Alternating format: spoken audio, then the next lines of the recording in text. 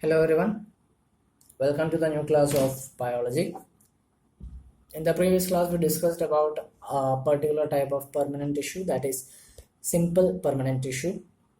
In today's class we will discuss about the complex permanent tissue and the other remaining type of permanent tissues or remaining type of tissues. Okay. So we know that simple permanent tissue is something that is made up of one type of cell, but complex tissue is something that is made up of more than one type of cell. There are mainly two types of complex permanent tissue. One is the phloem tissue, another one is the xylem tissue. Both of them combine together or form together to form a vascular bundle. Okay. So discussing about if we are discussing about xylem tissues are of four types: xylem tracheids, xylem vessels, xylem parenchyma, xylem fibers. These are the four types of xylem tissues which are found in the xylem. Actually, for taking the case of xylem tracheids and vessels, they are actually having thick wall and have tube structures, tubular structures, and allow the transportation of water as well as minerals direct from the root towards the other parts of the plant, because we know xylem takes away water into different parts of the plant. So definitely xylem are mainly present in the root. Xylems are mainly present in the root, and this xylem which is present in the root actually conducts the water into different parts vertically.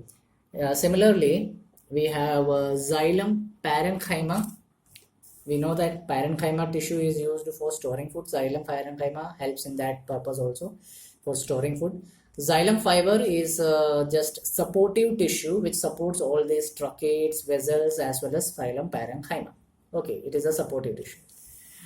Now talking about phloem is actually of five types: sieve cells, sieve tubes, companion cells, phloem fiber, phloem parenchyma. These are the five type of cells or tissues which are found in a phloem. What are they? Sieve cells, sieve tubes, companion cells, phloem fibers, and phloem parenchyma. Okay. So what is the function of these sieve tubes? It's nothing but all the phloem cells which actually helps in the process of transportation of food. We know that phloem is mainly present in leaves, and it transport food from one part, means the leaves, to all other parts of the plant.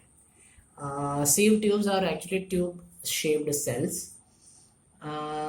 Except the phloem fiber, all the other type of phloem tissues, I mean the the sieve tubes, the sieve cells, the companion cells, and also the phloem parenchyma, all the four tissues are actually living cells, but the phloem fiber is actually the dead cell. Okay, so that's about the plant tissue. So we had discussed about two types of plant tissue.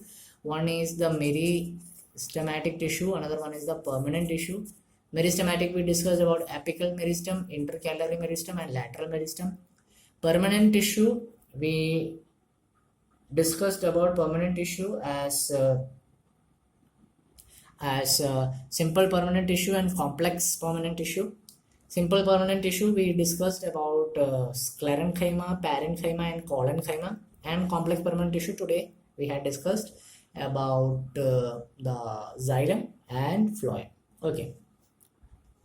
So now we will discuss about animal tissue. This was completely about the plant tissue. Completely plant tissue.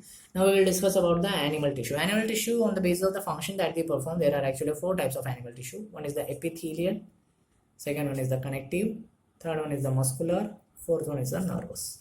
Epithelial tissue, connective tissue, muscular tissue, nervous tissue. Four types of tissue which are present in animals on the basis of the function that they perform. So just a minute. Yeah, perfect. So what is an epithelial tissue? Epithelial tissue is nothing but the tissue which is found on the animal body as a covering or protective layer.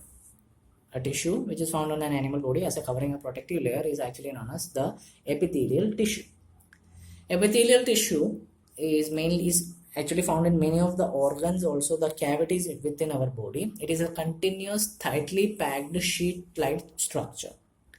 Different type of epithelium tissue are present in our body, and mainly there are three types of epithelial tissue. So we'll discuss it one by one. First one is the squamous epithelium. Squamous epithelium is nothing but it's a tissue which is actually a flat type, and it is mainly found it is actually having a delicate lining, very thin lining, and it is found on our skin, especially the skin that we have, the skin that we possess. This skin, the just beneath the skin, the squamous epithelial tissue is present. It is given the name squamous because of the meaning of the word squama, means scale of the skin. Right. It's also found in the mouth lining, in our mouth, over our mouth actually, and esophagus. Also it is present in the skin. Epithelial tissue, it has a certain layered structure, because suppose our skin is being ruptured because of any accident or any type of small injury, we can see some layer beneath our skin. So because of that layered structure, squamous epithelium is actually also known by the name stratified squamous epithelium. Because of the layered structure of squamous epithelium, it is also known by the name stratified squamous epithelium. Okay. Next type of epithelium tissue is the columnar epithelium tissue. First we discussed about squamous epithelium. Now we will discuss about columnar epithelium. First one what we discussed was about squamous. Now we will discuss about columnar epithelium. Columnar epithelium, because of the name, it is given the name because it is like a pillar type structure, so it is known by the name columnar epithelium. It is mainly present in those places where absorption and secretion process takes place, means in the intestine and in our respiratory system. Mainly on that places it is present. We are well aware that in our respiratory system there is a hair-like structure which is known by the name cilia. So in cilia, this epithelium, columnar epithelium tissue is also present. In such type of columnar epithelium which is present in cilia, which is present by the cilia's presence, is known by the name ciliated columnar epithelium. Columnar epithelium which is present inside the respiratory tract that has a cilia is known by the name ciliated columnar epithelium. Columnar epithelium is known by this name because it has pillar-like structure. Squamous epithelium is known by the name or this name because it has a scale of skin. It's the meaning of that word means squama means scale of skin. The third type of epithelium is cuboidal epithelium. We had said there are three types of epithelial tissues. First one squamous, second one columnar, third one cuboidal epithelium. What is the cuboidal epithelium? Its name depicts the meaning. It is of cube shape. It is found in kidneys and also in the salivary glands. That's what cuboidal epithelium is. Sometimes we are well aware of the thing gland. Gland is something that helps to produce digestive juices as well as some hormones. I think you had studied in the lower classes. So the gland being, if produced by some epithelial tissue, if the epithelial tissue, some part of epithelial tissue produces this gland, such type of epithelium is known by the name glandular epithelium. If an epithelial tissue produces a gland, forms a gland, it is also known by the name glandular epithelium. So this is one type of animal tissue. What we had discussed now is one type of animal tissue, means epithelial tissue. Now we will discuss second type of animal tissue, that is connective tissue. Then comes the connective tissue. Okay, then comes the connective tissue. Connective tissue is nothing but a tissue with connect or supports other tissues or organs.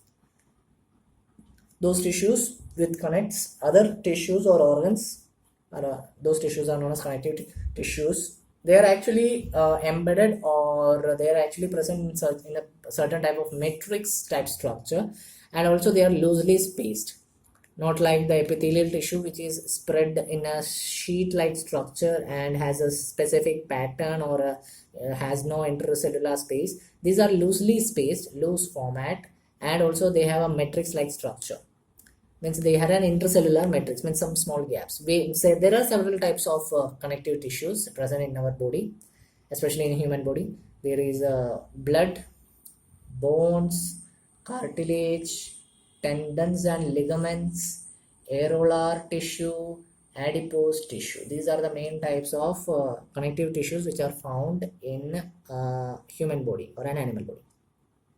So we will discuss each one by one. Blood is actually a fluid substance. We know that blood is a connective tissue. Blood can be also known by the name liquid connective tissue. Blood is also known by the name liquid connective tissue because it is the only connective tissue which is present in a liquid format. So blood is a liquid connective tissue. It has a matrix like substance, a fluid substance, which has RBC, the red blood cell, WBC, the white blood cell, and platelets. That matrix where these things are present is actually known as plasma. Besides these, the plasma also has proteins, salts, and hormones. Okay, that's about the blood, which is also known as the liquid connective tissue. So what is a bone? The second type of connective tissue. Bone is nothing but provides a framework. It's a type of tissue, solid connective tissue, which provides a framework and support to the body. It anchors the muscles. It provides a support to the muscle. Also, it provides a support to the main organs to our body. Bone is mainly composed of calcium and phosphorus. That's why it is very much strong. Then comes the tendons and ligaments. Ligaments are found actually a connection between two bonds. Tendons are actually connections between muscle and bonds. That is the difference between ligaments and tendons. Ligaments are actually somewhat flexible. Tendons have great strength, but they will have a limited flexibility. Okay. Then comes the cartilage. It is present in the bones in order to smoothen the bone surface. To smooth the bone surface, cartilage are present, and also it is present in many joints, as well as cartilage is also present in our vocal cord also. Actually, it is also present in noise in our nose, ear, trachea, as we said already, larynx, as I said already. Ear, actually the ear, if you touch the ear, you can just twist and turn the ear. Actually, that is a cartilage. The front portion of the nose, if you touch the very front part where you have the two holes, that part is actually small, somewhat flexible. That is also cartilage. Also, you have cartilage inside your what can we say? Yeah, inside your throat, that larynx part, it is also made up of cartilage. Okay, these are actually the connective tissues. Two more are left, connective tissues. Let's discuss them. So the next connective tissue is the areolar tissue. What is areolar tissue? It's nothing but tissue which is found between skin and muscle. We had studied about ligament and tendon. Ligament is a connective tissue which is found between two bonds. Tendon is a connective tissue which is found between muscle and bone. Here we have areolar tissue which is found between skin and muscle. So we can say that there are different type of tissues for different functions, right? It is present between skin and muscles. Also, it is present in the blood vessels. Also, it is present in the nerves, in the bone marrow. I think you are well aware of the bone marrow. Bone marrow is the place where the blood or the RBC is formed. Areolar tissue is actually filled inside the organs. It has some space filled inside the organs which actually support the internal organ. Also, it helps in the repairing of the tissue. Okay. Next one is the adipose tissue. It's nothing but fat which is beneath your skin. The skinny part which you see beneath the skin, you see this fat-like structure. It is actually the adipose tissue which is present. Also, it is present in between some internal organs. This adipose tissue actually acts as an insulator, so that it provides a particular it provides some warmth to our body as an insulator. Okay, so that's about the connective tissue. In the next class we will discuss about the other two types of animal tissues, and we will try to wind up the chapter in the next class. That's all about today's class. I hope you enjoyed it. Thank you. Have a nice day.